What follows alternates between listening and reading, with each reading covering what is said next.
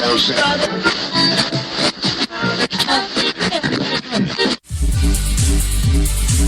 got it locked to HTLA Radio 1, New York.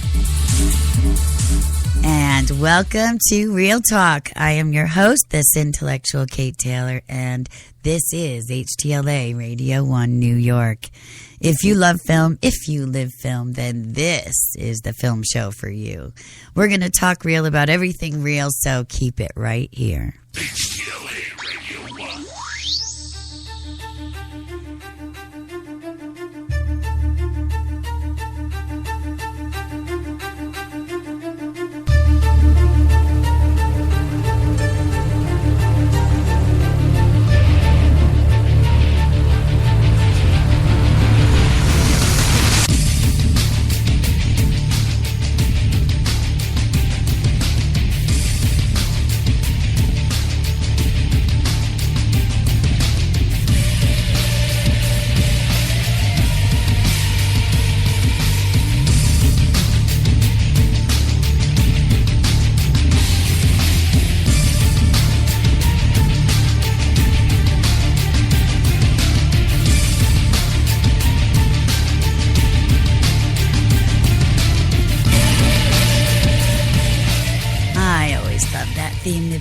Yes, well, tonight, The Prodigal Son's return as we analyze two films about boys coming home to settle the score. Wow, I just love doing this. It's been a while. We were on TV for a while, and now we're back to the films that we should be on, and I'm really excited. Please remember that with the exception of special episodes, though, the films I analyze are not currently in theaters, but I do go beyond spoilers. So I break down the structure and the story of the films I compare and complain about. So if you've not yet seen the films I'm discussing, remember that they are all available on Netflix unless otherwise noted. Go watch them, get into them, then come back and tear them up with me here. So this is a film analysis show. This show is for those with an interest not just in seeing film, but an interest in being part of the history of making them. Film is about creating life and telling stories and telling the stories of those creations, worlds and characters, loves and losses. Most importantly, how those characters arc and grow, and how they show us how we can arc and grow if we're only strong enough to undertake the journey as we see it played out on the screen, for good or ill. For those of you that don't know, I am a screenwriter, married to a director, and we tell stories. Thus, I dissect and analyze the stories others tell so I can constantly discover and learn and find better ways to tell my stories to you. Now, before we get into tonight's show, and even though my amazing producer and hubby and co-host for everything is in the studio here with me tonight, I've got to take care of those generous and brilliant folks that keep me on the air for you. Not usually my job, I know. Tonight's episode of Real Talk, though, is brought to you by Netflix, of course. Mm-hmm. Make it a Netflix night, I think is what we say, right? That's right. That's right. And Procast, the automated intelligent project facilitation software. It's coming very soon. Keep an eye out for that. And our favorite, we couldn't get through a workday without Tim Hortons, New York. 8 locations throughout the city now to, quench your coffee needs. Serve your coffee and baked goods needs. That's what you say. Yeah. I like quenching my coffee thirst because that's what he does for me. So, oh, yeah. That's right. Thank God it came to New York, though. Oh. We waited years. Years we waited. I never thought it would happen. Me neither. But, all good things come to those who wait. Mm-hmm. So, please keep in mind that the opinions I'm about to express here in my show don't necessarily reflect those of HTLA Radio 1 or our sponsors or advertisers. And for all of my past, current, and future episode information, as well as how to contact me to tell me what you think about my celluloid dissection, visit us on www.htlaradio1.com. That's the number 1, just like us. And do some real talking of your own. Now, on with the show. And don't mind me because it is winter, so I'm a little raspy today. But little froggy man. I am a little raspy. I have my husband with me, Christopher Crash Jesus Taylor, because he actually recommended the second film for tonight's show. Mm-hmm. So it was a little, I don't get confused very easily. But in this instance, it was a little bit confusing. So confusing, yeah. I had him come to help explain to us all the things I cannot. So there we go. Now, as I often do in this show, all right, always do in this show, I compare the Hollywood machine and sometimes some domestic indies with films from other industries around the world. Once in a while, I compare two films from the same industry or country, but what I really love to do most is discover not only the differences in storytelling and production around the world, but the similarities. So, yes, the wonderful similarities. we're all the same on the inside. That's right. That's right. Well, those iPhone 5 filmmakers aren't. Oh, no. That's for your Film 101 show, though. I know. Yeah. You can go on about that. I just thought I'd let you have a coffee break, that's all. Oh, I appreciate that. Keep going. Yes, I'm thirsty. There you go.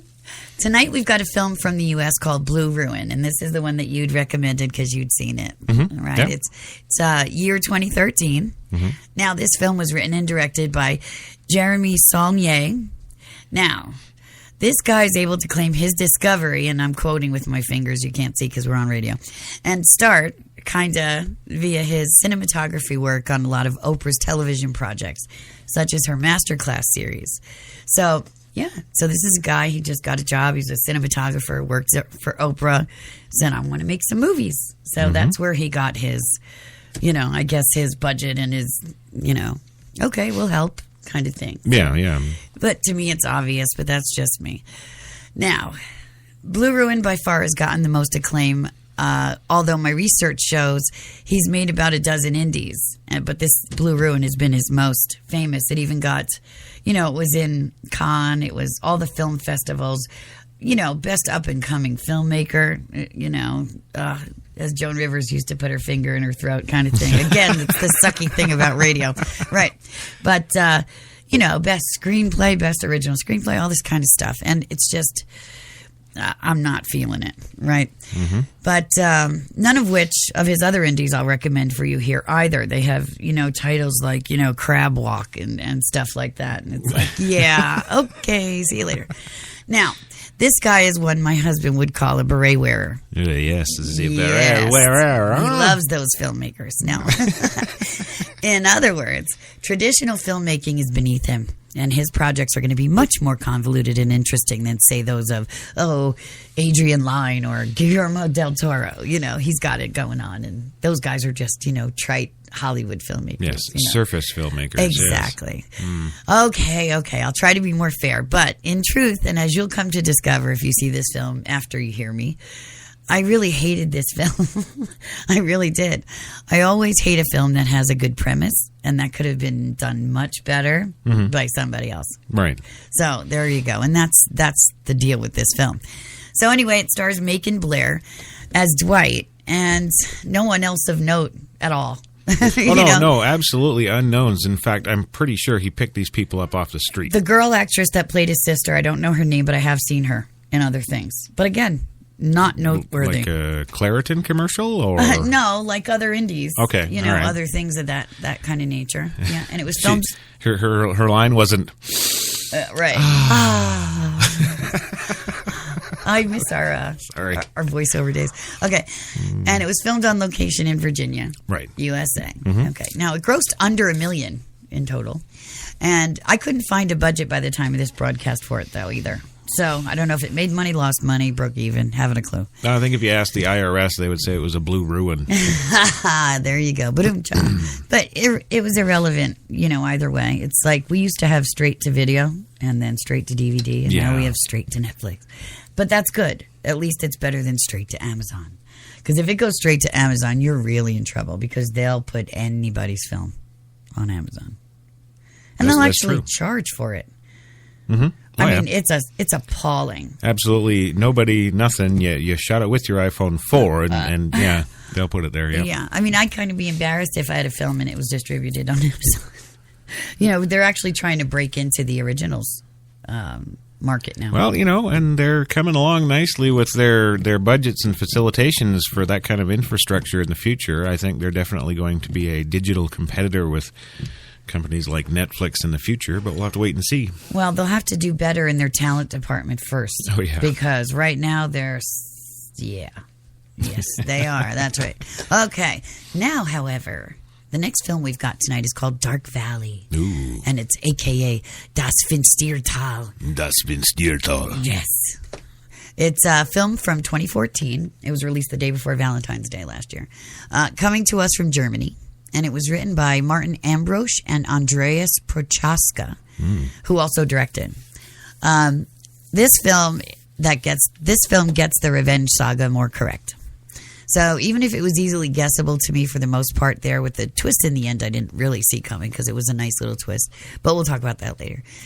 It stars Sam Riley and a host of really talented European actors that I'd happily watch in other projects. You know, the whole entire cast was interesting and good. There wasn't a wasted talent in the bunch. Wow. Yes, and it's great. And I find my gems by liking an actor first in one film, and then I'll go and find and view the other films they've been in. Mm-hmm. I don't know if I'm sure I've mentioned this before because I always do. What got me into foreign film was the film Brotherhood of the Wolf by Christoph Gans, and I had no clue of any of the actors, not even Vincent Cassel at the time. I want to kick myself for that one, right? But Monica Bellucci I did know of at the time, but that was it, and I had no idea they were married. So you learn so much, right? Right. But my love for that film propelled me into... I saw every film that every actor in that film was in. And we're talking dozens upon dozens, you know, Samuel Lubian and, you know, Emily Dequan and Jeremy Renier. And every single film, all of Vincent's films. And man, he's made every film that Vincent's made is amazing. And all of Monica's films they made together, you know, the whole thing. Sure, yeah. And that just led me on this entire journey. And now, you know, I prefer foreign film to American film. And I do. And I say that every show. And you can oust me from the country anytime my bags are packed. So it's fine. Okay. This film, though, stars Sam Riley, who I hope to see in the future in other things, like I said. And it was shot on location in the Austrian Alps and had a budget of 6.3 million euros. Wow, that's hefty. Yeah. Right, but with an unknown gross. So we've got one American indie with an unknown budget and an under $1 million return, as far as I can tell.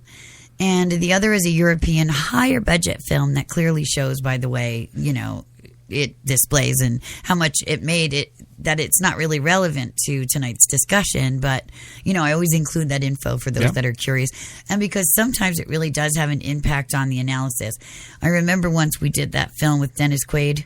The Horseman, right. And whatever the other film was that we had compared it to, because I can't recall at the time, was a really low budget film. But that one did far better, and it was far better made. Yeah. Obviously, it was foreign. There you go. And okay, I'm biased, but it was. Well, I always look at the box office numbers when they're available. I always look at them to gauge the overall, you know, how hot the reception is for the film. You know, obviously, Clint Eastwood's latest there, The American Sniper, busting every record there is out there to bust, and then some. You know, that tells me that's likely a film I want to see. Now, I already know that because it's a Clint Eastwood film, I'm definitely going to see it. But, you know, I think that assumption is a little more global than I first took it for because, of course, the numbers don't lie. All right. So I think it's important that you include gross because, you know, like I say, it kind of takes that pulse of the viewers. I find it interesting that is the point that you look at it from because to me it's just like the reviews. I never listen to them. I don't, you know, watch them. But you're saying that if it does well in the box office, then you're more likely to see it. Well, and another thing, too, that's interesting to note about reviews – reviews never seem to matter because if you if you look historically at what the critics have said versus what the box office says, of course this is a business and it's all about the box office, and what the box office really to me is the ultimate critic. That's why I look at the box office because I want to see how the film did, whether it was a waste of money and time and talent or not, or you know that kind of thing. Yeah, so I like to use it more of a realistic gauge of the market. I see. Okay, I don't whether you know it's a film worthy to see or not. Box office has nothing to do with that for me. No, that's pretty low on the factors there. But okay, good. All right, because I thought you were alluding to that for a moment, but good. I'm glad you're not. Okay, cool. All right, but what about story? Right? Because we can't have a film without a story. Well, we do sometimes. Oh, but yeah. I was going to say, man, there's a lot of those and out one there. of these films is quite like that. Well, as I mentioned, they are both revenge films, right? Which everybody who knows me knows I love a good revenge thriller. You know, both have a son as the protagonist and coming back to their childhood homes to exact revenge. Neither, interestingly enough, has a love interest in the film. I thought that was interesting too. I did, like I said, I didn't see the German film you're talking about here, but I did, of course, see Blue Ruin, and I was kind of surprised at that a little bit. But then, really looking at the story and what the story was actually about, I kind of went, "Oh, okay, this isn't your usual Hollywood formula. I'll put that aside," and just took it for what it was. Looking at the character, also, and we'll talk about that later. There was no surprise he was single and homeless. Yeah, but the first guy, Greider in the Dark Valley there. He should have had, like, all the girls in the village were after him. He was hot. Oh, okay. He was hot and manly on the horse, So, yeah, you'll have to see it. It's a great film. Oh, okay. Yes, it's really good. I think it's in English, too. Yeah. Right. So don't worry about the reading part. I'd get my husband to watch. Don't worry about the reading. Yeah, to watch a lot more foreign film if they were, dubbed, because it sucks having to read the film for 2 hours. I get it. Well, the big thing for me in a lot of film is of course, the visual aspect. And if I can't do that because I'm freaking reading, then I might as well grab a book, Extraordinary point. Oh, it's also worthy to mention, though, that's why I'm learning how to speak 4 languages now. Because then I can watch a film better without having to read it. There you go. I can watch French film and Spanish film now, like, I barely have to read it. Uh-huh. So that's really awesome. Okay. All right. Yes. Yeah. Well, I don't expect you to do that, but to be a polyglot, but I'll do it for us. Excelente. Okay. Super. Mucho excelente. All right. Both are aided by the mentor character, although Greider's character in Dark Valley doesn't need it, except when it's over. And, he's kind of all beat up from what had occurred. So then, I'll tell you a little bit as we go on. Okay. Now, Dwight, though, in Blue Ruin is just helpless and hapless, and he's a sap who'd be flat out dead if it wasn't for his mentor. Well, this story opened up with the scene of him in the car outside of a penitentiary awaiting the release of someone. No, it didn't open that way, actually. Oh. That might have been the first scene you remember. It opened with him homeless, breaking into somebody's house to take a bath and get something to eat. The family came home. He jumps out of the window, goes back to his car where he's sleeping. Right. After being on the beach, feeling all sorry for himself. And then the cop comes and gets him. The cop taps on the window. Yeah. Right. Well, see, that's the other thing. I kind of just really didn't care about him right from the start. That's a very good point. You don't even remember the opening scene of the film? Right there. How did it get past the reader to get, green-lighted or any of that sort of thing if the opening pages were that bad? Yeah. I don't know. I really don't know. See, there you go. Brilliant. See, that was something I wouldn't have picked up here without you by me. See, it's always 2 heads are better than one. That's why you pay me the big bucks. That is. Okay. So quickly, let's get into the plots of both before our first commercial break. All right. Now, I want to talk about Dark Valley first because I like that one. And it is German. Unlike dinner where you eat the thing you like the least, I'll talk about my favorite part first. Yes. So that film opens up with... you see this young couple hiding in a basement, and obviously there's some men that break into the house and they're after them for whatever reason. They drag the guy out, beat him to a pulp and kill him, and drag the woman out, and we don't know what happens to her. And that's how the film opens. Okay. Right. And then it kind of, flashes forward, and there's this hunky man on a horse, and it's Greider, and he's going up the Alps into this village and asking if he could rent a room for the winter, that he's a photographer. Now, this film doesn't take place in present day. I guess I should have mentioned this. It takes place in the 1880s in Germany, Austria, right in the Alps. And so photography is just becoming, it's a new technology. It's a new phenomenon. So he asks the villagers if he could stay for the winter. He wants to photograph the valley. And in return, he'll give them all portraits, right?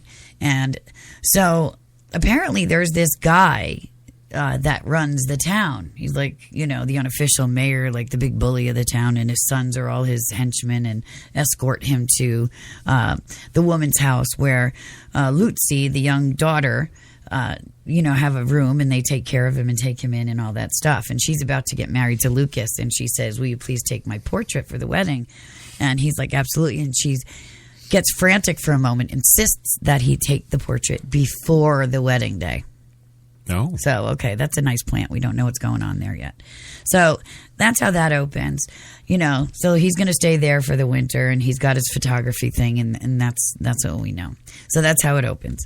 Now, as opposed to Blue Ruin, which opens, like we said, where he's breaking into the house. He's just a pathetic sap, and the cop knocks on the window, and he's like, if it's about the house, I can explain. And the cop's like, no, honey, I need you to come downtown with me. So takes him downtown, doesn't even offer the guy a sandwich, just for the record, but lays the newspaper out in front of him that a double murderer is about to be released due to a plea bargain he'd made some time back. Okay, so he's visibly shaken, et cetera, et cetera. She insists that he stay in police custody overnight for his own safety or whatever it is, and that's that. And then we see him next in the car that he was sleeping in apparently has a gas can and a battery, but he hides it in the trunk and wants it to appear as if the car isn't running. So he makes the car run again and sends a postcard to his sister Sam that he's coming home, blah, blah, got released, and he's going to be there. Everything will be fine. Don't worry about it. And then we see him by maps, and he's on the road to somewhere.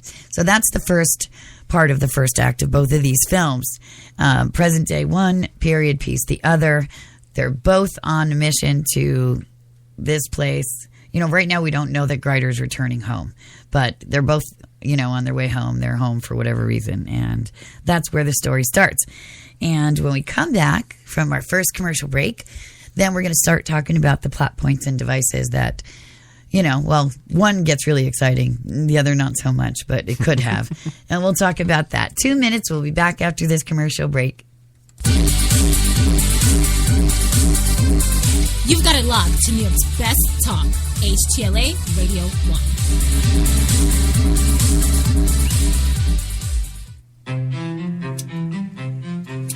What if there was a coffee that was sourced from some of the world's most renowned growing regions, abundant with rich, fertile soil? What if this coffee was picked at the perfect moment, then packed meticulously and shipped carefully to be roasted under the watchful eye of coffee masters? What if it was expertly blended, ground, and sealed, ensuring maximum flavor and freshness, then brewed in small batches and always served fresh within 20 minutes, just the way you like it? Now, what if this coffee just happened to be the coffee you already know and love? Tim Hortons. Always fresh. Always great tasting coffee.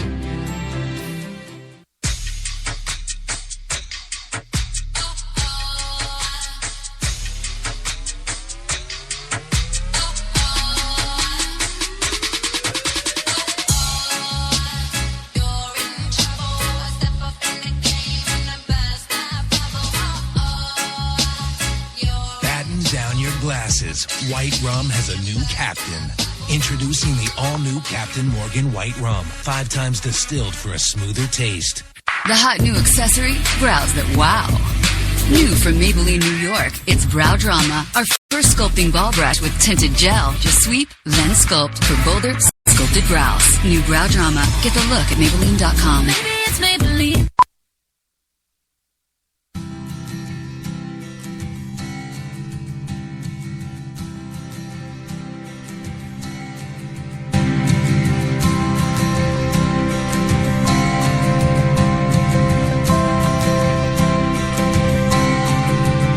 In this fast-paced, digital everything life, there's nothing like experiencing the world's finest journalism in its original form. So sign up today for as little as $3.80 a week to receive the greatest newspaper in the world and all the incredible experiences that come with it.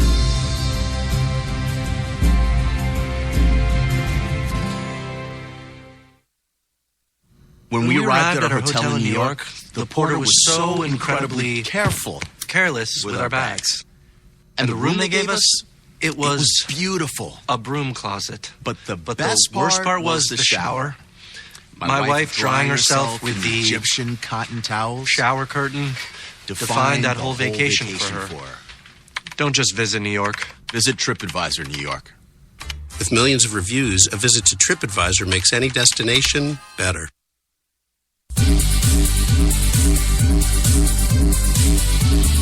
We're New York's best talk radio, HTLA Radio 1. Radio 1 New York. That's right. Oh, there you go. Yep. HTLA, Radio 1 New York. Radio That's 1. right. And you're listening to Real Talk with Kate Taylor. And tonight we are talking about prodigal sons returning and what happens when they get there. And when it goes right and when it goes oh so wrong. And in one of these films it goes right and in one it goes oh so terribly wrong. Well, that's just my opinion. Mm-hmm. Well, I guess, in the end he's dead. So it goes kind of wrong. Yeah. Okay. So, right. We're talking about Dark Valley. It's a German film from 2014. And Blue Ruin, an American indie film from 2013. Now, the difference is here in initial plot devices as that Dark Valley is narrated by Lucy, the young girl that is that Greider is boarding at her mother's home, and that she's about to marry Lucas, and she's visibly always upset. She's got an issue, right. Like her future in-laws come, and her betrothed comes, and you can tell that she loves him and all this kind of stuff, but she's visibly upset and nervous about something. Mm-hmm. And halfway through the film she's asking him, if you love me you'll do something, you won't let this happen, la la la, and at first we're thinking it's the wedding. Oh my god, what is she talking about? Right, all this yeah. kind of stuff. Now, when Greider first comes into this Alpine village, he has to, as I said, get permission from the pseudo mayor, the kind of big bully of the town, and his name is Old Brenner, right? And he's the town patriarch, and he's in bed in his Alpine home, and what we would equate to an estate, up there on the hill, yeah. The house on the hill, that kind of thing, and giving permissions for this, that, and the other thing to everyone, all and sundry. And I guess the sons go to him and ask if this guy can come and stay. He's a photographer, no big deal. He's not dangerous, all that kind of stuff. And he gives permission. Okay, super.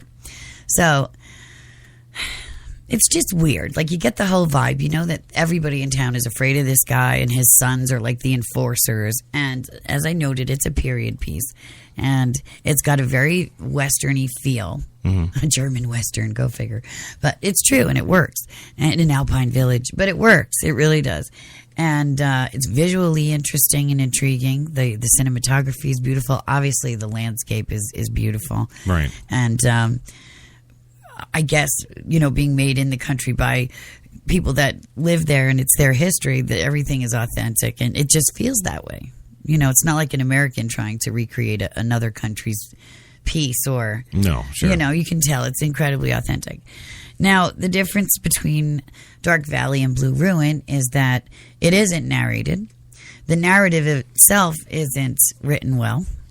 I have a pet peeve about every second of a scene not being utilized to the most it could be utilized for. Every second of a scene should be pregnant with the next scene. That's how I feel. And there is just so much lag and so much wasted air and wasted space and wasted visual and wasted everything in Blue Ruin, right? It's just incredibly slow moving. I sort of felt that it was what you're talking about, I think, as I interpreted it, was more a result of the filmmaker's style. I think the intention was there to actually make it that way. Right. And far be it for me, I'm the last one who's an art film person, but right. I think there was enough stylization in Blue Ruin to indicate to at least my trained eye that they were actually going for that. Right, but my problem is they failed miserably for two reasons. One, the filmmaker knows what he wanted to say and what each scene should convey, but he can't assume that the viewer can read his mind. No, very true. Even as a screenwriter and knowing exactly where he was going and what he was doing, once I got the gist of what kind of film it was, I couldn't imagine that he would not, be more indicative in how he's showing the story for others who, might need it. She said dick.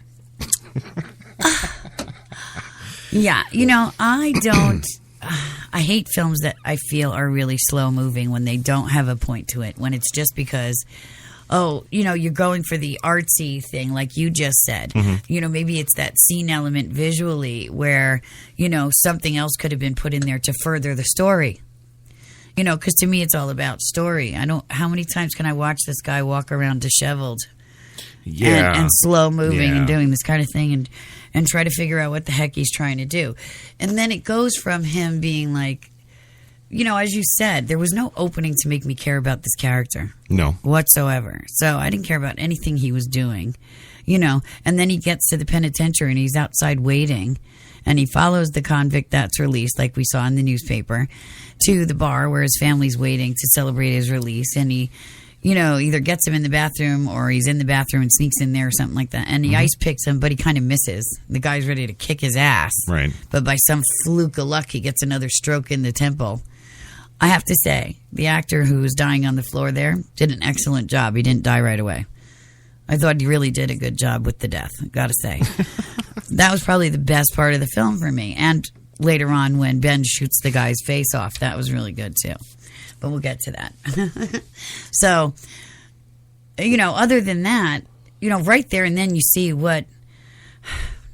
Okay, so I guess there is something admirable in this guy's family's dead, the murderer gets released, he goes and he kills him, and we don't find out if it's revenge or if it's fear for the rest of his family's safety at that juncture yet either. But he's just such a pussy about the whole thing, and he's just such a, you know, like... Well, the other thing that really took me about Blue Ruin is that in every single scene leading up to what you're talking about right now, the main characters seem to be kind of accidentally falling into these situations and stuff. Like, if this guy just got out of prison, he's at least been in there for, well, I don't know, you'd think 6 months. Right, exactly. Yeah, you haven't thought any of this through. You don't, right. He even used his own car. And exactly. And on the paper, the newspaper that the cop throws at him in the station, it says, double murderer to be released due to a plea agreement in 1996. Mm-hmm. So that's how long this guy's been in jail. Okay, well, a lot of viewers could have missed that. You know, but yeah. But here's the thing. It was like he was fumbling through the entire thing, even after that. Pretty much right through the movie, I really felt he's a fumbler. He's a fumbler. He's a bumbler. But I did have to make an admirable mention to Jeremy because he did have the sister tell the brother, you know, you're not being brave or whatever, or I can't remember the exact line now, but the sister actually said to him, you're just weak. Yeah. You know, she said, I could forgive you if you were crazy, but you're not crazy. You're just weak. Mm-hmm. And there was such a disparity there because there was no arc. The character didn't change from the moment of the film opening to the moment it ended. Flat City. Here, Jeremy, listen up if you're listening. Here's where you really could have done some good. You could have made this character arc and find his strength and find his center and find some closure and find a reason to continue his growth after this whole thing was over if he survived. But if not, died honorably. Dare I say, find his yippee-ki-yay. That's right. But no, you kept him a bumbling, you know, pathetic, you know, to the very, very end. So there's no arc for this character whatsoever. He didn't change. He didn't grow. He learned diddly, right? Diddly. And you have to see this film just for that. To me, it gets more ridiculous the more I think about it. Mm-hmm. But I want to get off that and get on to Dark Valley a bit more and how different here we are now. Mm-hmm. While Grinder didn't arc, there was no need for him to. What his point was and what his entire purpose of the film was to exact revenge on old Brenner and his sons. Because in the beginning, the man and the woman that we saw being dragged out all those years ago were his parents. Right? And we come to discover that Lucy is so upset about the impending wedding with Lucas, not because of anything that anybody in the family has got going on or anything, but because there's a tradition in this Alpine town. And old Brenner has such a tight iron fist on this town because whenever a young girl in the town gets married, she has to go live as Brenner's bride on the night of the wedding before she's even consummated, until she's knocked up by Brenner. Then she can go live with her husband. Yes. Exactly. So that was the first thing I thought of was Braveheart and Prima Nocta. Exactly. So he's enacted the Prima Nocta from, you know, the old Roman times. You know, that was so prevalent then. And This is so he could spread his seed and have complete control over this entire town and not have to worry about anybody turning on him. They're all family. So there you go. So this is what happened. But Grider's mother was so in love with the husband that, the husband couldn't bear to have this happen. So they defied Brenner and they hid out and they did all this stuff. But the innkeeper told on them instead of protecting them because she was afraid of Brenner and he paid her a lot. So they dragged him out. They literally beat him and hung him until he was nothing in the center of town, until he just disintegrated. That's how long they left him hanging there. And we never found out what happened to Grider's mother until the very end when he's talking to Brenner. And he said, she, by some miracle of fate, the horse that she was on, we were ready to, take our turn with her and hang her right up next to her husband when a thunderbolt happened and the horse bolted. And she was never found and never seen again. So she went into hiding.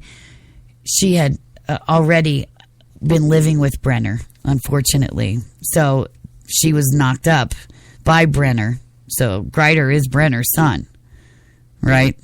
So, but anyway, she died, throughout after telling Grider this story. So Grider grew up knowing that this was his destiny to go and kill his father and any of these Brenner spawn, and that's what he was going to do. So we're left to assume that he arcs before we get involved in his life and his movie and his scene and all this kind of stuff. Right. I didn't need him to arc, didn't expect him to arc, didn't care what happened to him after he did it, because it's not that we didn't care about Grider, because we do, but he lived peacefully, and in the end they climax obviously with him telling the story to Brenner how he's here to kill him after he kills off all the sons one by one, which is really cool. And, he stayed there. He recovered. It took him weeks to recover from, the massacring of everybody. And the rescuing of Lucy. She never has to succumb to Brenner, and she's able to, and then Lucas actually gets some balls and steps up and kind of helps Grider towards the very end. So that was good. Because, it's like they kind of got the town back, and Lucas and Lucy now can rebuild the town without the Brenner influence and Pure and all that kind of stuff. And he rides off with his photography equipment to go and find a life now that he's accomplished what his destiny was and stuff like that. It felt like closure. It felt like completion. You watch this film from beginning to end, you have a sense of satisfaction, especially when in the middle you're finding out about the prima nocta. You're like, wow, that's really cool. It's one thing to have Brenner have the town under his thumb and be a real jerk and all this kind of stuff, so you want him dead. It's an entire another to find out what he's doing. It added a whole layer that just really made it all worthwhile for Grider. You didn't feel bad rooting for Grider and having him kill these guys. And, all the Brenner sons were brilliant actors, really great. It was great. Wow. So, as opposed to Blue Ruin, which you got this little pathetic dolt running around... And well, you know what they did. Wait. Tell our listeners about when he thought he was all bad and he broke into a truck and stole a gun that was in a gun box. But the gun inside the gun box had a guard on it.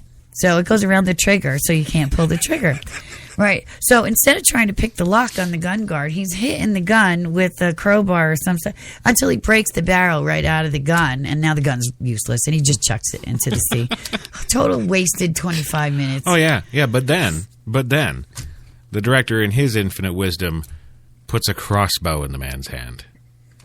Yeah, that didn't work for me. Sorry. This is the age of Daryl. Yeah, that's another point. Good point. You can't take this bumbling kind of happen along little guy trying to get revenge and give him a crossbow. Do you remember in the end? Well, I'll talk about the end too, but yeah, no, I know they did that. In the end, he finally gets a gun. So he kills the one brother with the ice pick in the bathroom, right? And then he kills another brother somehow in the mix. I don't remember even seeing that scene because it was just so I was glazed over by that point. He probably fell on him or something. Exactly. I'm sure it wasn't as awesome as the killings in Dark Valley was, because he planned it out and they were in the woods, they were hunting. He had the one guy coming down the log chute. It was awesome. Wow. Yeah, he was clever with his killings. So, but in the end, his friend Ben saves his life when he's got the third brother in the trunk, and he's got the gun on him about 2 yards away, and he misses the shot. And the brother gets the gun and is about to blow his head off, Dwight's head off, when his childhood friend Ben comes to the rescue and shoots him in the face and blows Ben's face off. Right. So he's got to finish this. Got to finish it. You know, he had sent his sister and her 2 kids, who the sister could have kicked their asses, more. And it's funny, you know, that you say that, because as soon as the sister character is introduced in the show, and you know, she's this strong, confident woman who is not a moron, not a dolt, and certainly has her S together. You know, that I had that thought. I'm like, well, let her fight him. Well, yeah, she's looking more like Rambo here than anybody. So right. Well, we come to find out some things. I want to get back to that, but we have to take our second commercial break right now, and our last, right? Yeah, unfortunately, that's right. sadly. But after this, we're going to wrap up the ends and the climaxes and talk a little bit more about each. Come stay. We'll be right back. You've got it locked to New York's best talk, HTLA Radio 1.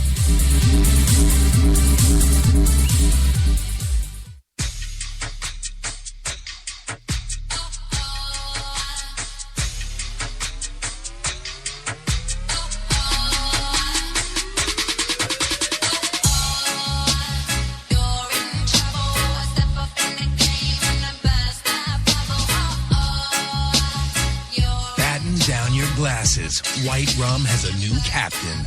Introducing the all-new Captain Morgan White Rum. 5 times distilled for a smoother taste. The hot new accessory? Brows that wow. New from Maybelline, New York, it's Brow Drama, our first sculpting ball brush with tinted gel. Just sweep, then sculpt for bolder, sculpted brows. New Brow Drama. Get the look at Maybelline.com. Maybe it's Maybelline. Good morning. Welcome to Tim Hortons Cafe and Bake Shop, where fresh always tastes better. What can I make you this morning? How about our new flatbread breakfast paninis?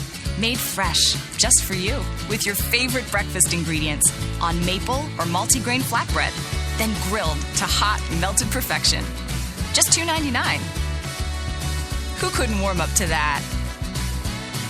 Tim Hortons Cafe and Bake Shop, where quality really does meet value.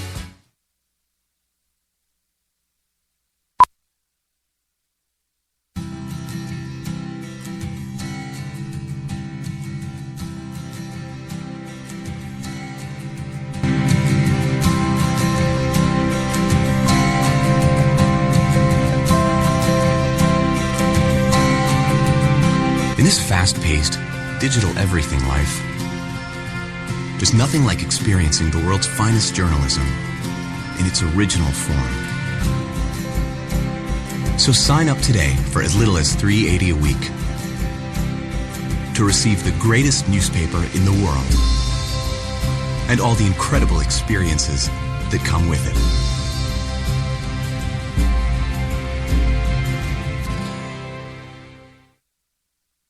When we arrived at our hotel in New York, the porter was so incredibly careless with our bags.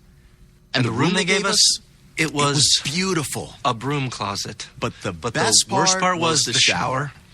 My wife drying herself with the Egyptian cotton towels. Shower curtain defined that whole vacation for her. Don't just visit New York. Visit TripAdvisor New York. With millions of reviews, a visit to TripAdvisor makes any destination better.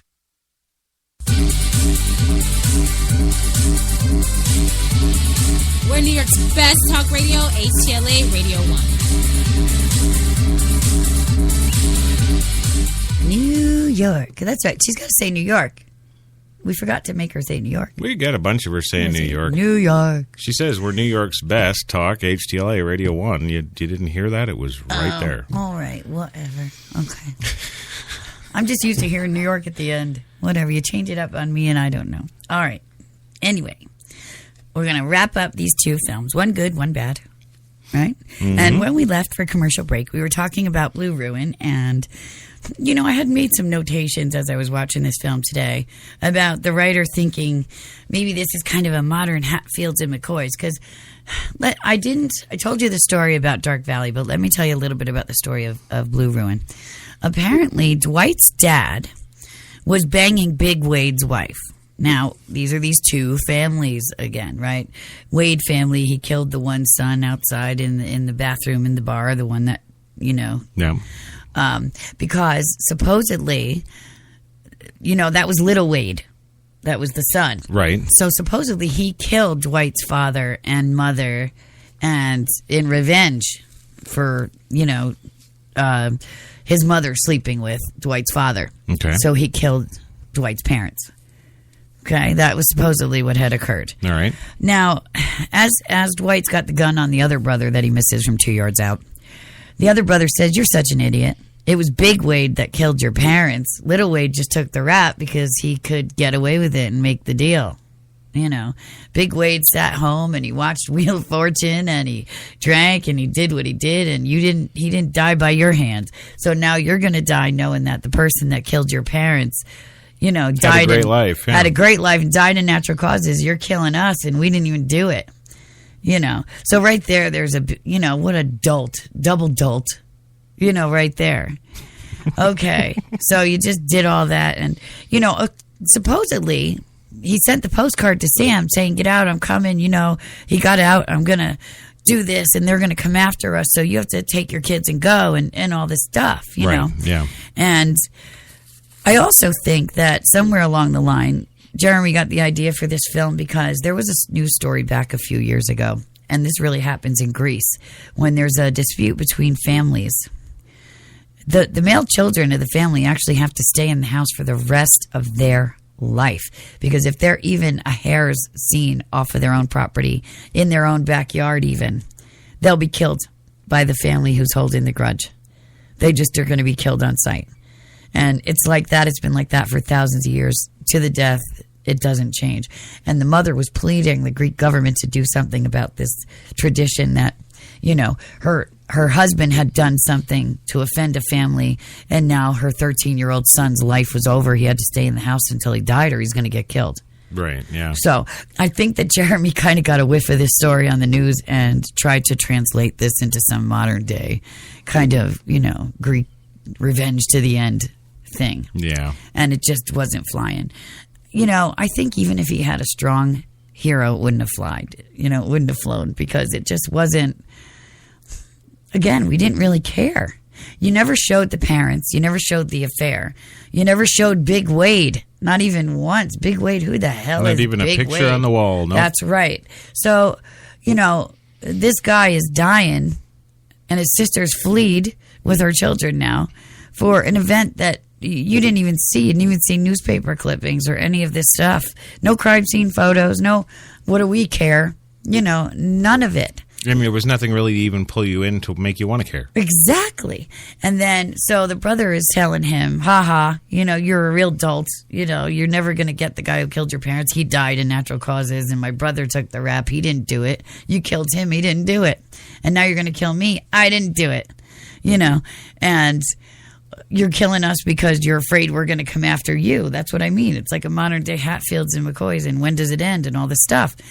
And so anyway, the brother raises the gun. So Ben just happened to be there to help Dwight out and shot his face off to protect him and all this stuff. And Dwight's like, "Give me the gun. I got to go finish it.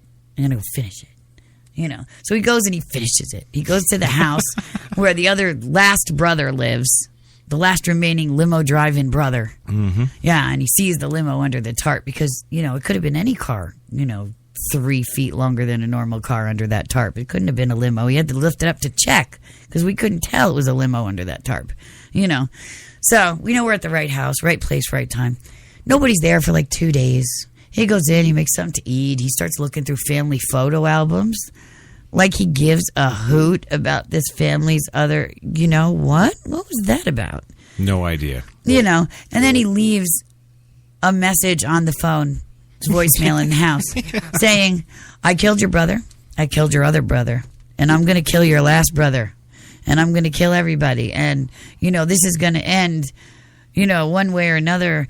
But, I'd like it to end not violently. And he's standing there while they're listening to this message with a gun on him. Right? So the one guy turns around and he shoots him dead. And the two women are left standing there freaking out. And then there's a young family member, I guess 14 or so, young boy. He's got a rifle too.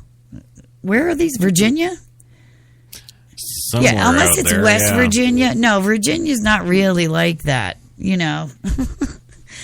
Virginia, we're talking the Virginia, Maryland, Delaware border, folks. We're talking resort Virginia. We're not talking about like the hollers of West Virginia, right? So anyway, it was pretty crazy.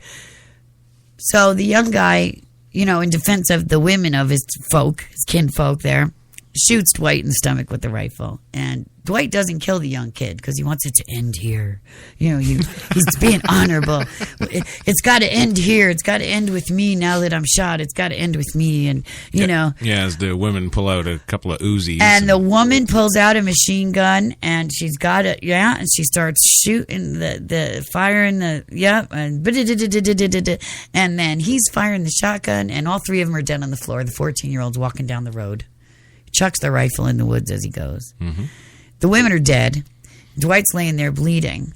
And his epitomous last words for this film, over and over and over, the keys are in the car, the keys are in the car, the keys are in the car. What the hell are you talking about, you delirious dying dolt? What? What did that have to do with anything? All right, two things that happened at the very, very end of this film now.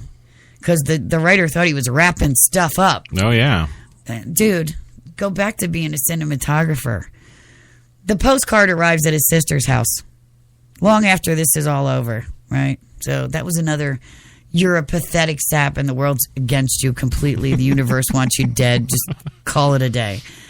And you see the arrow in the grass with this jogger jogging by. Now, here's the thing that gets me.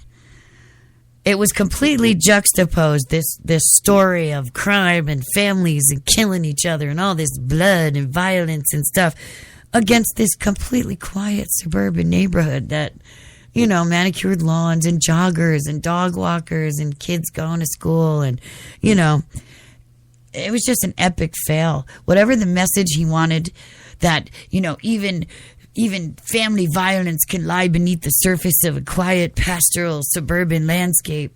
You didn't get there. You completely missed the boat. And how anybody at any film festival could have nominated you, let alone given you an award for Must this have crap. been on cocaine, yeah. Yes, utterly. Yeah.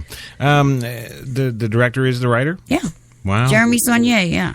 That's no excuse then. Okay. Not because I thought that as well. A lot of times you get a script and then a different director, he misses the boat of the story completely. Yeah. And that happens. But no, there is no excuse when it's the same writer-director. Dun, dun, dun, dun. What it was is he's a cinematographer, thought he wrote an interesting script, didn't go to film school. Should have stayed with Oprah. To be a screenwriter. Yeah. So he had no idea how to write. And then somebody just backed him because he mentioned Oprah's name, and that's it. You don't deserve to be there. Go back to film school. Well, it's good because after seeing that movie, I kind of felt like I got a Harpo in the side. That's right. Yeah. Done like dinner with that. It was just bad, bad, bad, bad, bad. All kinds of bad, and don't even look for box office numbers. It was a blue ruin, a red ruin, a black ruin, a yellow ruin, an orange ruin, a green ruin. There are no box office numbers. That's right.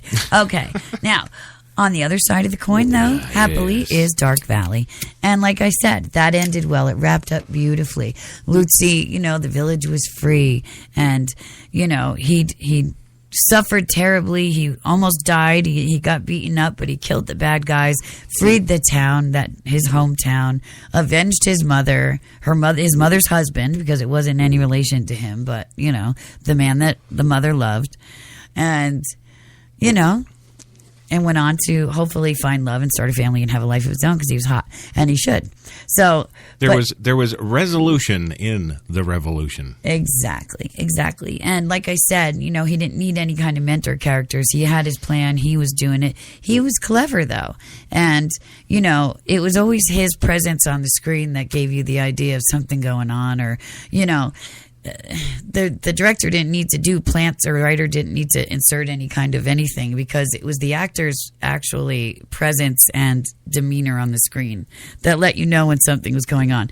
Think back to like horror films when the scary music starts, you know something's going to happen. Right. Well, whenever this guy was on screen and he had that kind of look about him, you kind of knew something was going to happen, you know? Yeah. And that is really good on all sides. That's great writing. That's great direction. That's great acting. It's just, it all works, you know? And that's a good act. That's right. It really, really was. You know, and like I said, there was no arc needed. There was a great line in there where they were going to funeral after funeral after funeral. There was like 6 of these Brenner sons before he gets to the old man. Wow. Right? So every day they're dragging in another Brenner son. And Lutzi goes, there's the death knell bell again, you know, because they're in an Alpine village in 1880. So anytime somebody died, there was the bell. There's the death knell bell, you know. And I just thought that was so cool. You know, it was just so appropriate. Yeah. You know, it was really atmospheric. Like I said, the cinematography, the landscape was gorgeous. Obviously, they're in the Alps, you know. And to find a Western that's a period from Germany that has a story that would resonate even today. Right, yeah. You know, whereas this story that was made today is just a piece of crap. Right. It's just a piece of crap. Yeah. You know, and it speaks to why you and I do what we do, and what everything we do with you know, bringing attention to wanting to raise the bar of indie filmmaking. There's so many great ones out there, and there's great stories, but, you know, you have to put the time in. People don't want to get trained. They don't want to learn how to do it right. Well, I don't need to do that. You know, Tyler Perry can make a movie, you know, that kind of thing. It doesn't work that way. Well, you know, I'll tell you this. Before I got into any of it, before I took any schooling, you know, I figured a screenwriter I'll just sit down one day at my typewriter and that's right. Start out on page 1, act 1, scene 1, and bang it all out there. And you know what? I've obviously since then learned, no, you moron, that's not how you do it. No. But not only have I learned that, but I've learned so many layers of technical prowess and skill you have to have. So much of an expanded imagination you got to have to keep track of all this stuff while you get it down on paper and on the cards and all that kind of stuff. I turned our bedroom wall into my index card outline. And, you know, and that's the thing. And you know... Over the years, my years in the business, I've been given countless scripts where it's just some fat moron who's actually just sat down and started off at page 1, act 1, scene 1, just like I thought you do it, and handed this stuff off. And sadly, although I burn the stuff immediately, and I think most professionals out there do, so many of these indies, there's not enough experience behind to know. So you know, you'll come across a director and he'll be like, "Ooh, yeah, this is a good idea," or you'll actually be the director. And if you wrote it and you're a first time writer director as an indie, you're not going to know what's bad even when you put it up on screen.